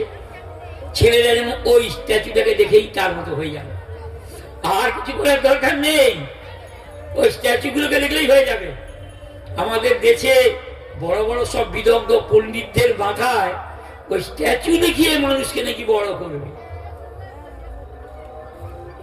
তাই ঠাকুর অনুকূল চন্দ্র এসে বললেন, আরাধনা কথাটা কোথা থেকে এলো? বাণী বন্দনা, বাণী আরাধনা। কোন শিক্ষক যদি ছাত্রছাত্রীদের মাথায় না ঢোকায়, আর শিশুকালে মায়ের একটি মাত্র লক্ষ্য থাকবে যে কিভাবে আমার ছেলে মেয়েকে ছোটবেলা থেকে একজনকে মানতে শেখায়। ছোটবেলা থেকে সে দেখবে আমার মা বাবা ছাড়া কিচ্ছু বোঝে না। বাবাকে মানে তার বাবার ঘরে যান, তার বাবা তার মা, এমনকি কুকুর বাচ্চা পর্যন্ত সবাইকে ভালোবাসতে পারে, কিন্তু সব থেকে সে লক্ষ্য করবে আমার মার ঝোঁকটা কোন দিকে। এই যে ঠাকুর বাণী দিচ্ছেন না, তিনি তো শ্বশুর শাশুড়ি দেওর ননদ কার কথা বললেন না, স্বামীর প্রতি টান যেমনি ছেলেও জীবন পায় তেমন। ও একটা কথাই বলে দিল সকল তো রাগ হবে। হ্যাঁ, শ্বশুর তো বলতে পারে, শ্বশুরের প্রতি টান যেমনি বললো না, ঠাকুর এই এক ঘেরামি কথা বললেন, এমন একটা এক ঘরে কথা। হ্যাঁ, আমার শাশুড়ি মা আমার কথা বললেন না, শুধু ওই স্বামীর প্রতি টান যাবে, তা তো ওই বউ মতো আমাদেরকে সব ভুলে যাবে, আমরা রেগে যেতে পারি। কিন্তু ঈশ্বর এত ভুল কথা বলেন না। তারা জানে মানুষ যখন একজনকে ভালোবাসে তখন একজনের যা আছে সবাইকে ভালোবাসতে পারে, এটাই হলো লক্ষণ। এই জন্য শিশুকালে দেখবেন, আমরা লক্ষ্য করে দেখেছি, এখনো দেখি পুকুরে যখন ওই শোল মাছ বা লেঠা মাছ পোনা ছাড়ে, ওরা পোনা নিয়ে ঘুরতে দেখছেন তো, ছোট ছোট পোনা ঘুর, দেখবেন দুজন মা বাবা কিন্তু ওখানে ঘুরছে। দেখবেন কোনো লোক যদি চলে আসে, দেখবেন বাবাটা ছট করে লাফিয়ে দূরে পড়ে যায়। আপনারা হয়তো মাছ ধরেননি, আমি তো মাছ ধরতাম আগে, 18 বছর পর্যন্ত খেয়েছি। আমরা লক্ষ্য করে দেখি মাটা কিন্তু দূরে যায় না, মাটাই বাচ্চাগুলোর কাছে আছে, মাটা সামনে আছে, বাচ্চাগুলোকে আগলে রেখেছে। ঠাকুর বলেছেন, গরুকে যখন ভিট করানো হয়, ষাঁড় কিন্তু কাছে নেই। একটা বাছুর যখন হয়ে গেল, বাছুরকে কেমন করে আগল দিতে হবে সে কিন্তু তার কাছে দিয়ে কোনো কুকুর গেলে সে কিন্তু ফস করে তাকে তাড়া করবে। তার মানে মা ওই শিশুকে তার দায়িত্ব নেয়। মানুষের বেলা ঠাকুর বলছেন, মাই কিন্তু শিশুর সব মাস্টার, কিন্তু তার কেন্দ্রটা কোথায় ধরিয়ে দেবে এটা যদি ভুল করে ফেলে আর বড় হতে পারবে না।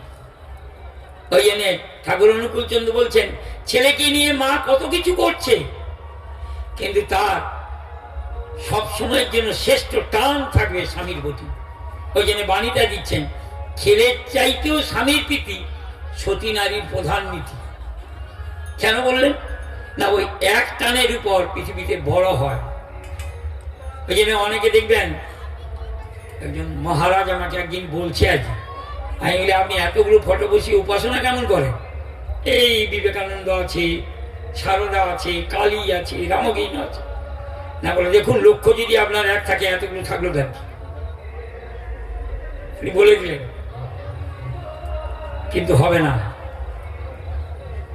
ওই যে স্ত্রীকে ঠাকুর তো বলে দিতে পারতেন যে তুমি এদেরকে সবাইকে লক্ষ্য রেখে তোমার ছেলেকে মানুষ করো, তা তো বলেন। একটাই লক্ষ্য বলে দিলেন, বলছেন যে তোমার ছেলের চাইতেও স্বামীর প্রীতি সতী নারীর প্রধান নীতি। স্বামী চর্যা উপেক্ষা করে সন্তান চর্যায় যারা পাগল, সে মেয়েদের ভাগ্য বেতাল, সন্তান রয় না আগল। আপনার হাতের মধ্যে নেই। এখন দেখবেন ছেলে মেয়েরা সব হাতের বাইরে, কেউ কথা শোনে না। এইটুকু ছোট শিশু গো, আমি অনেক বাড়িতে গিয়ে দেখছি মা বলছে, হাই তুই অতক্ষণ ধরে মোবাইল ঘাটছিস কেন? মেয়েটাকেও বলছে, ছেলেটাকেও বলছে, হয়তো শুনছে না কেন? শুনছে না কেন? এই অনেক ঘরে অনেক মা বলে, বাবু আমার ছেলেটা যে আমার কথা শুনছে না, আমার মেয়েটা কথা শুনছে না। কেন শুনছে না? না, একটা জায়গায় বাঁধা থাকতে হবে। প্রত্যেক নারীরা জেনে রাখুন, আপনাদের প্রগতির প্রথম এবং প্রধান বিষয় যে আমি কেবলমাত্র একজনের কথায় আমি যদি খুব মন প্রাণে সংসার করতে পারি, তাহলে সকলকে নিয়ে চলতে পারি। এই জন্য শিশি ঠাকুর তার বাণীতেও বলে দিয়েছেন, এক প্রাণতার মমত্বতে পরস্পরের সমাবেশ, নিনম্র অটুট হলেই জানিস একটি দানায় বাঁধবে দেশ, দেহ যেমন বাঁধবে আমার সংসারও বাঁধবে। আজকে প্রত্যেক নারী, তাকে কি বলা হয়েছে? দেখো সরস্বতী শুভ্র বর্ণা, শুভ্র বসনা, তিনি হলেন তার শুক্লবর্ণা, তার শুভ্র বর্ণা, সাদা পোশাক মানে শান্তি, সাদা হলো শান্তির প্রতীক। তুমি এমন পোশাক পরো মানুষ যেন মনে করে এই মাকে দেখে আমার শান্তি পাচ্ছি, ও আমার ঘরের মা যেমন এর ঘরের মেয়েটাও আমার মায়ের মতো হবে গো, কেমন পোশাক পরে যাচ্ছে। আগেকার দিনে কবিরা বলতো না যে ওই মায়েদেরকে দেখে মতো হতো আমার মা যাচ্ছে, এমন কবিতা অনেক লেখা আছে, পরে আনচান এইসব আছে না। যাই হোক, এখনকার মেয়েদের পোশাক কেমন না, তাকে মা আর বলবার সুযোগ দেবে না। সে বলছে তুমি আমাকে মা বলতে হবে না। আবার ছেলেদের তাদের যে রকম সকম, তারা মায়েদেরকে কিভাবে সম্মান দিয়ে চলবে ছোটবেলা থেকে সেটা শেখানো হয়নি। ওখানে কি করবেন? ছেলেদের বেলা, মায়েদের বেলা বলা হলো তার বাবার প্রতি টান, ছেলেদের বেলা কিন্তু মায়ের প্রতি টান। দেখবেন প্রকৃত ওই টানটা যদি কোনো মা ছেলে মেয়ের মধ্যে গজিয়ে দিতে পারেন, বড় হলে যেখানে যাক না কেন আপনার হাতের বাইরে চলে যাবে অসম্ভব। আজকে দেখবেন সব বাড়ির ছেলেরা মেয়েরা কিনে হাতের বাইরে চলে যাচ্ছে। খুব রেয়ার একটা বাড়ি দুটো বাড়ি আছে, পাবেন না। সবাই আগামী দিনে এমন একটা দুর্বিপাকে পড়বেন, চোখের সামনে মা বাবাকে দুঃখ পেতে হবে, কষ্ট পেতে হবে, লাঞ্ছনা পেতে হবে। এই দুর্দিন এগিয়ে আসছে। কেন? সবাই জানে আমার যখন গর্ভে সন্তান এসেছে, স্বামীর সঙ্গে আমার সম্পর্ক না থাক তাতে চলবে। আমি টিভিতে প্রায় দেখি, আমার স্বামী এরকম খারাপ ব্যবহার করে বলে আমি ছেলেটাকে নিয়ে বাড়িতে এসে আমি এই দোকানদারি করে বেশ দাঁড়িয়েছি। হ্যাঁ দাঁড়িয়েছি, জানে না যে ঠাকুরের সময় একটা ঘটনা আছে আর কি। একজন ভেলকুর মা, মানে ভেলকু বলে তার ছেলেটা স্বামীর সঙ্গে ঝগড়া করে, তা সে আর থাকতে ইচ্ছে করে না, ভেলকুকে সঙ্গে নিয়ে ঠাকুরের কাছে এসে বলছে আমি এখানে থাকবো। তা থাক, তা বলি এই ভেলকুটাকে নিয়ে এলি কেন? এই তো আমার ছেলে। সে কি, তুই তো স্বামীর সঙ্গে ঝগড়া করে এসে বলছিস আমি এখানে থাকবো, যাবো না? হ্যাঁ, তোর স্বামীটাকেই তুই এনেছিস কেন? তোর স্বামীর যা রক্তধারা, তার মধ্যে ইনস্টিংক্ট যে সংস্কার আছে, তো ওটা তোর ছেলের মধ্যে আছে। ও বড় হলে তোকে দেখবে তো, তুই যেমন ওকে ছেড়ে তাহলে ওটাকে দিয়া বলে না ঠাকুর আমি ছেলেটাকে ছাড়তে পারবো না। আর তুই স্বামীটাকে ছাড়তে পারলি, ওকে ছাড়তে পারলি না, ও তো তোমাকে একবার বড় হলে ছেড়ে দেবে। কেন? ওর সংস্কার তো ওর মধ্যে আছে। আর তুই ফিরে যা, বরং স্বামীর প্রতি তুই এই কর, মানে স্বামীর প্রতি যে টান কি করে বাড়ে, ভালোবাসা বাড়ে, সেই চরিত্রগুলো শিখিয়ে দিলেন ঠাকুর। শিখিয়ে বললেন তুই এবার যা। পরে তার জীবন সার্থক হয়েছিল, যে সত্যি যদি না ফিরে আসতাম। এই জন্যে স্বামী হারা যেসব মায়েরা সন্তানকে নিয়ে আলাদা হয়ে যাচ্ছে, তারা সমীক্ষা করে দেখবেন তার ছেলে বড় হয়ে কি করছে। এবং অনেক বাড়ির আমি দেখেছি চিত্র, অনেক বাড়িতে এরকম হচ্ছে। আবার ঘরে থেকেও যে ভুল হচ্ছে না তা নয়, সেখানেও খারাপ হচ্ছে। কারণ ওই যে স্বামীর প্রতি যে একাগ্র টান, এটা নেই। এই জন্যে আজকের দিনে এ সবগুলো কিন্তু আমি উপরসা কথা বললাম, প্রকৃতপক্ষে ভিতরের কথা তপস্যা। আরাধনা যদি না করেন, তপস্যা না করেন, তাহলে ওই যে জ্ঞান আর গুণ, আমি আবার সেই ছড়াটা আপনাদের শোনাচ্ছি। ছেলেদের নাকি এইটা করাতে হয় শিশুকাল থেকে। কি বললেন? ঠাকুর দেবতার গুণরাজি, চরিত্রে যার বিকাশ পায়। অর্থাৎ আমার মধ্যে চরিত্র গঠন করে দিতে যদি মা পারেন, তাহলে সেটা অপরের কাছে আমি দিতে পারবো। বিকাশ মানে অপরের কাছে প্রকাশ করা, বিকাশ করা। প্রকাশ বিকাশ না থাকলে তার কোনো দাম নেই। আমি অনেক পণ্ডিত, কিন্তু কোনো প্রকাশ নেই, বিকাশ নেই, দাম নেই। তাই ঠাকুর মূর্ত হয়ে গেল এটা বলেনি, মূর্ত হয় বললেন না, বিকাশ পায়। ঠাকুর দেবতার গুণরাজি, যাদের চরিত্রে বিকাশ পায়, ঠিক জানিস প্রাপ্তি তোমার পায়ে পায়ে এগিয়ে যায়। আমার জীবনে যা কিছু প্রাপ্তি তখন এগিয়ে আসে। এই যে ঠাকুর দেবতার গুণরাজি কেমন, শ্রী শ্রী ঠাকুর অনুকূল চন্দ্র লক্ষ্মীর যতগুলো গুণ আছে, এটা আমরা ভাবি বোধহয় শুধু লক্ষ্মী, তা না। লক্ষ্মী, সরস্বতী, দুর্গা, কালী যাকে বলছেন, সব কিন্তু একই মায়ের কথা। তার যে 9টি গুণ আছে, এই 9টি গুণের শুধু আপনাদের শুনিয়ে যাচ্ছি। মায়েদের এই 9টি গুণ থাকলে জানবেন যে আপনি যে মা হতে পারবেন, সেই মা হয়ে সমাজকে যে কতখানি কল্যাণের পথে ঠেলে দিতে পারবেন, তার নিদর্শন খুঁজে পাবেন। 9টি গুণের কথা আপনাদের শোনাই। ছোটবেলা যেমন তার বাবার প্রতি টান নিয়ে তাকে বড় করতে বললেন, একটু বড় হয়ে গেল যখন তাকে পাত্রস্থ করছেন বা যার ঘরে যাচ্ছে, সেখান থেকে তার 9টা গুণের বিকাশ প্রকাশ হবে। বললেন প্রথম 1 নম্বর লক্ষ্মীর গুণের কথা বললেন। এই লক্ষ্মীর গুণ যা, তাহাই সরস্বতীর গুণ। বলছেন স্বামী ভক্তি গুণ ও যুক্তা। যে এতগুলো কথা একসঙ্গে যোগ করলেন।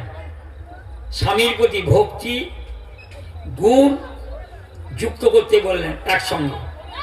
অর্থাৎ যে গুণগুলো আর যে ভক্তি, অর্থাৎ সেবার উপর দাঁড়িয়ে আমি তাকে বড় করে দেখতে পারবো, সেইটাই তিনি প্রথম বললেন। আর এই ভক্তির মধ্যেও আছে ভজনা। আমাদের যে এমনি চলতি কথা বলি, একটু প্রণাম করে নিলাম, একে ভক্তি বলে? ওই বাবা মাকে খুব ভক্তি করে, প্রণাম করে, একে ভক্তি বলে না। ভক্তি মানেই ভজন। কিন্তু ভজন মানে সেবা, নিষ্ঠা নিপুণ ভজন, এটাই অন্তরেরই বিভাগ। যে ভজনা করে না, এমনি এমনি প্রণাম করে, ওর কোনো দাম নেই, ওকে ভক্তি বলে না। ঠাকুর অনুকূল চন্দ্র আজকে ধরিয়ে দিলেন, ভক্তি মানেই ভজন, কিন্তু ভজন মানে সেবা, নিষ্ঠা নিপুণ ভজন, এটাই অন্তরেরই বিভাগ। তবে তো অন্তরকে আলোকিত করবে গো।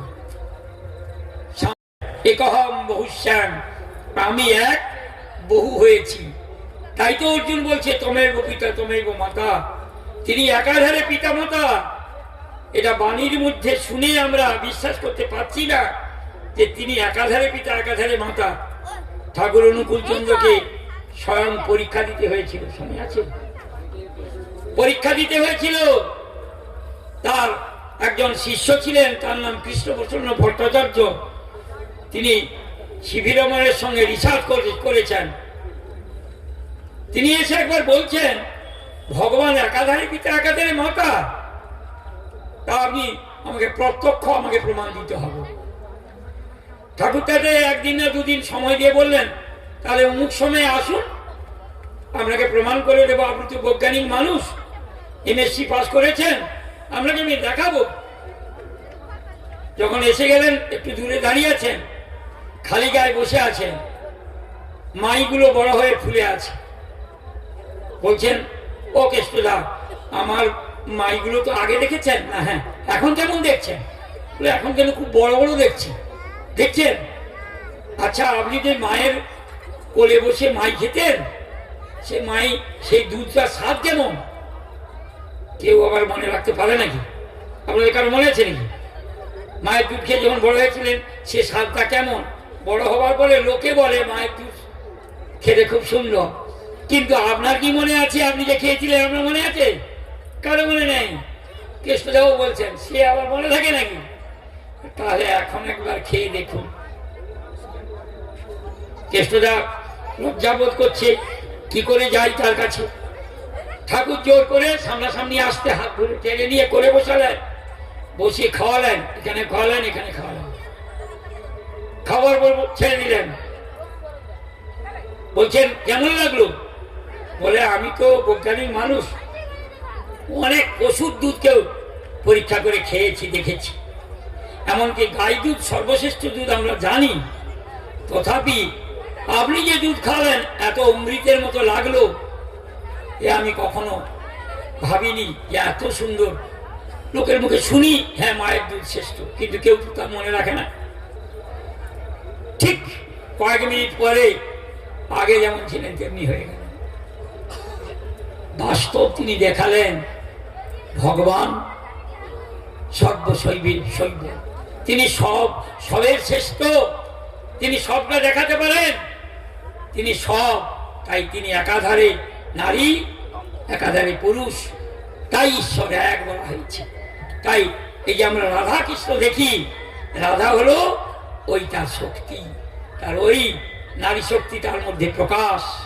তাই আমরা আজ থেকে ঘরে ঘরে এই সরস্বতীর বন্দনা মানে প্রতি ঘরে ঘরে ছেলে মেয়েকে ওই গুরুকরণে, ভরতদামার বলেছিলেন যে দীক্ষার মাধ্যমে, তপস্যার মাধ্যমে ছেলে মেয়েকে মানুষ করুন শিশুকাল থেকে।